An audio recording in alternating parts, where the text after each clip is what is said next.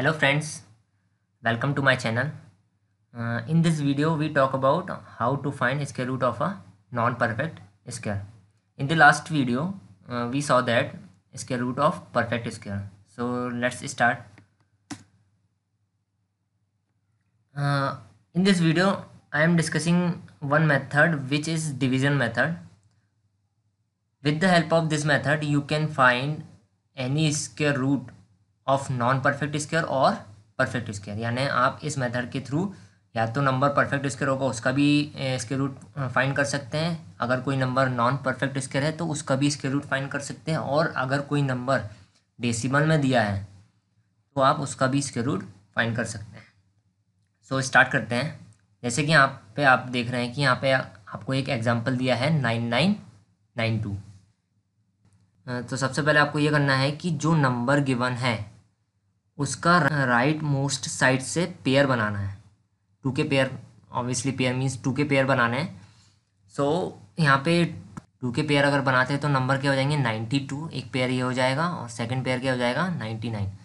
अब आपको आंसर निकालने के लिए लेफ्ट मोस्ट साइड से स्टार्ट करना है। सो देन सबसे पहली स्टेप आपको ये करना है कि ऐसा नंबर फाइंड करना है जिस नंबर को उसी नंबर के साथ मल्टीप्लाई करने पर 99 आए या उससे कम आए। ठीक है, फिर से बोल रहा हूँ, ऐसा नंबर फाइंड करना है जिस नंबर को उसी नंबर के साथ मल्टीप्लाई करने पर 99 आए या उससे कम आए।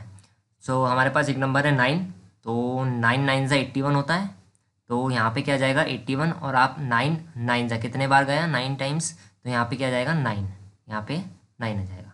सो 9 9 ज़ा 81, और यहाँ पे एक चीज़ और करना है कि जो आपने जिस नंबर के साथ मल्टीप्लाई किया 9, और 9 9 ज़ा 81 हुआ, तो 9 + 9 यहाँ आपको एडिशन करके उसका आंसर लिखना है 18। सो आगे बढ़ते हैं। अब आपने ये लिख दिया, अब आपको इसको माइनस करना है तो कितना आ जाएगा आपका आंसर, यहाँ पे कितना जाएगा आपका 18, और सेकंड पेयर आपको एज इट इज़ उतारना है 92।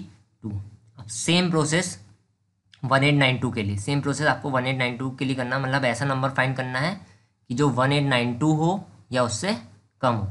सो हमने यहाँ पे एडिशन करके लिख दिया था 18। अब यहाँ पे आपको डिजिट ऐड करना है एक, और यहाँ पे हमेशा ध्यान दीजिएगा जो एडिशन आएगा तो उसके बाद हमेशा एक ही डिजिट ऐड होता जाएगा। जैसे कि यहाँ पे भी आप देख रहे हैं कि 198 आया था एडिशन, तो यहाँ पे आपने एक ही डिजिट ऐड किया, तो वो डिजिट कुछ भी हो सकता है 8701। ठीक है, सो 189 9 ज़ा कितना होता है 1701। आप यहाँ पे और भी वैल्यू रख के देख सकते हैं क्योंकि एक बार में आंसर नहीं आ सकता। तो 18 सपोज आप अगर 188 ज़ा करते हैं तो इससे कुछ और कम आएगा, तो आप 189 ज़ा करके देखेंगे, 189 9 ज़ा करके देखेंगे तो 1701 आएगा। अब आपके पास यहाँ पे क्या आ गया 1701, और जिस डिजिट को आपने पूरे नंबर में ऐड किया था वही डिजिट यहाँ पे ऐड करना है, तो 189 9 ज़ा 1701। ओके, सो आगे बढ़ते हैं। अब यहाँ पे जो रिमाइंडर आएगा, अब यहाँ पे रिमाइंडर क्या आया 198, यानी 1892 में से 1701 जाएगा तो कितना बचेगा 198, और यहाँ पे एडिशन करके आपने लिख दिया 189 + 9 198। सेम प्रोसेस आपको यहाँ पे एक ऐसा डिजिट ऐड करना है जिसका इस पूरे नंबर पे मल्टीप्लाई करने पर 18900 आए या उससे कम आए। अब यहाँ पे मैंने 00 इसलिए ऐड किया है क्योंकि आपको ये पता है कि ये नॉन परफेक्ट स्क्वायर है, मीन्स इसका आंसर हमेशा डेसिमल में आएगा। अगर यहाँ पे सपोज रिमाइंडर आपका पूरा ज़ीरो आ जाता तो ऑब्वियसली वो परफेक्ट स्क्वायर होता, राइट। तो आगे बढ़ते हैं कि अब आपने ये नंबर देख लिया, अब 1989 में ऐसे नंबर से मल्टीप्लाई करना है कि 19800 आए उससे कम आए, तो हमारे पास वो नंबर क्या आ गया सेम 9, तो 189 9 ज़ा 17901 हो जाएगा। दैन पॉइंट लगाना इसलिए ज़रूरी है क्योंकि आपने यहाँ 00 ऐड किया है। ओके, तो पॉइंट यहाँ पे इसलिए लगा है। देन इसका रिमाइंडर कितना जाएगा 1899 आ गया। सेम ये प्रोसेस आप आगे बढ़ा सकते हैं। सो आप इसके थ्रू परफेक्ट स्क्वायर हो या नॉन परफेक्ट स्क्वायर हो दोनों का आंसर निकाल सकते हैं इजीली। ये एक जनरल मेथड है। सो हम एक और एग्जांपल देखते हैं जो 5 डिजिट का है। सो यहाँ पे एक और एग्जांपल है 12533। Okay, so same process. First step में आपको क्या करना है, राइट मोस्ट साइड से आपको पेयर बनाते जाना है। तो राइट मोस्ट साइड से पेयर बनाओगे तो 33 पहला हो जाएगा, सेकंड क्या हो जाएगा 25, एंड लास्ट में एक ही बचेगा, यानी क्योंकि ऑड नंबर से टोटल नंबर ऑफ 5 डिजिट है तो इसलिए एक बचेगा। देन आपको सेम प्रोसेस यहाँ पे ऐसे नंबर से मल्टीप्लाई करना है जिसका उसी के साथ मल्टीप्लाई करने पर क्या आए, 1 आए या उससे कम आए, राइट। तो हमारे पास एक ही नंबर है जिसका उसी के साथ मल्टीप्लाई करने पर 1 या उससे कम आता है, कौन सा, 1। सो यहाँ पे आपने 1 1 जा 1 लिख दिया, यहाँ पे आपने 1 1 2 लिख दिया प्लस करके, और यहाँ पे आपने कितनी बार गया वो लिख दिया, 1 टाइम्स गया, ठीक है। देन यहाँ पे रिमाइंडर 0 आ गया है। अब सेम दूसरा पेयर आप एज इट इज़ उतार लेंगे 25। देन आगे प्रोसेस में क्या करेंगे कि यहाँ पे आपके पास 2 आ गया था, सेम जैसे आपने पिछले एग्जांपल में किया था कि यहाँ पे ऐसे डिजिट के साथ एडिशन, ऐसे डिजिट को ऐड करना है जिसका इस पूरे नंबर के साथ मल्टीप्लाई करने पर 25 आए या उससे कम आए। तो 21 वन ज़ा 21 होता है, क्योंकि अगर आप 22 टू ज़ा करेंगे, देखो यहाँ पे एक चीज़ ध्यान रखना है कि जो यहाँ पे डिजिट ऐड करोगे वो यहाँ पे होगा। तो मतलब अगर आप 22 लिखते हो तो 22 टू ज़ा करोगे, 23 लिखते हो तो 23 थ्री ज़ा करोगे, 24 लिखते हो तो 24 फोर ज़ा करोगे।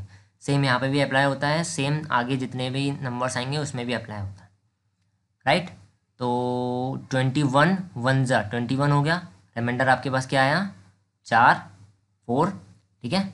देन 21 वन ज़ा कितने टाइम्स गया, 1 टाइम गया, तो यहाँ पे आपने 1 लिख दिया, एंड 21 प्लस 1 यहाँ पे एडिशन करके 22 लिख दिया। सेम प्रोसेस ऐसे नंबर के साथ मल्टीप्लाई करना है, उसके पहले आपको ये पेयर उतारते जाना है साथ में 33, सेकेंड पेयर जो है थर्ड पेयर ऐसा नंबर ऐड करना है जिसको इस पूरे नंबर के साथ मल्टीप्लाई करने पर 433 आए या उससे कम आए, राइट। तो 221 वन ज़ा 221 होता। अगर आप सपोज 222 यानी 1 की जगह अगर आप 2 लिखते हैं तो 222 टू ज़ा कितना हो जाता 444, जो इससे बड़ा हो जाता, तो आप वो नहीं लिख सकते, राइट। तो आपने लिख दिया 221, देन यहाँ पे 1, तो 222, राइट। तो एडिशन करोगे तो यहाँ 222 आ जाएगा, यहाँ पे कितना जाएगा 221, रिमाइंडर में आपका क्या जाएगा 212, और यहाँ पे फिर से आपने क्या लिख दिया 1, क्योंकि 1 टाइम्स गया, यहाँ पे भी 1 टाइम्स गया था तो 1, 1 टाइम्स गया तो 1, 1 टाइम्स डिवीज़न हुआ तो 1, राइट। अब सेम ऐसा नंबर ऐड करना है जिसको इस पूरे नंबर के साथ मल्टीप्लाई करने पर ये आए या इससे कम आए, राइट। तो यहाँ 0 0 इसलिए ऐड किया क्योंकि ये परफेक्ट स्क्वायर नहीं है, क्योंकि लास्ट में क्या आ रहा है 3। मैंने लास्ट लेक्चर में बताया था कि अगर किसी भी नंबर के लास्ट का डिजिट 2 3 7 8 है तो वो परफेक्ट स्क्वायर कभी नहीं हो सकता, राइट। तो यहाँ पे वही है। तो अब नेक्स्ट स्टेप में क्या करेंगे 2 2 2 9 अपने पास नंबर आ गया, यानी मैंने लास्ट डिजिट यहाँ इसका क्या लिया है 9, तो 2 2 2 9 9 ज़ा। अब यहाँ पे सपोज ये जो 8 होता तो आप क्या करते 8 ज़ा 2 2 2 8 8 ज़ा 2 2 2 7 7 ज़ा, अगर 7 होता तो यहाँ पे 9 है तो 2 2 2 9 9 ज़ा कितना जाएगा 20061, तो आपका रिमाइंडर आ गया 1139, एंड यहाँ पे अगर आप ऐड करोगे तो 2238 आ जाएगा। इस प्रोसेस को आप आगे भी बढ़ा सकते हो, डेसिमल के बाद जितने डिजिट तक आपको आंसर चाहिए आप प्रोसेस को आगे बढ़ा सकते हो। सो ये था डिवीज़न मेथड किसी भी नॉन परफेक्ट स्क्वायर का स्क्वायर रूट फाइंड करने के लिए। So this is division method, और ये कुछ क्वेश्चंस है प्रैक्टिस के लिए।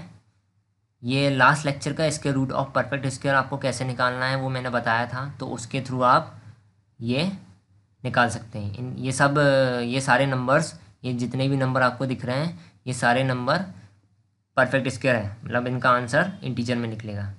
और ये नॉन परफेक्ट स्क्वायर है, इनका आंसर किस में निकलेगा डेसिमल में निकलेगा, राइट। तो ये आप प्रैक्टिस कीजिएगा, अगर कुछ भी डाउट होता है तो कमेंट बॉक्स में कमेंट कीजिएगा। Thank you.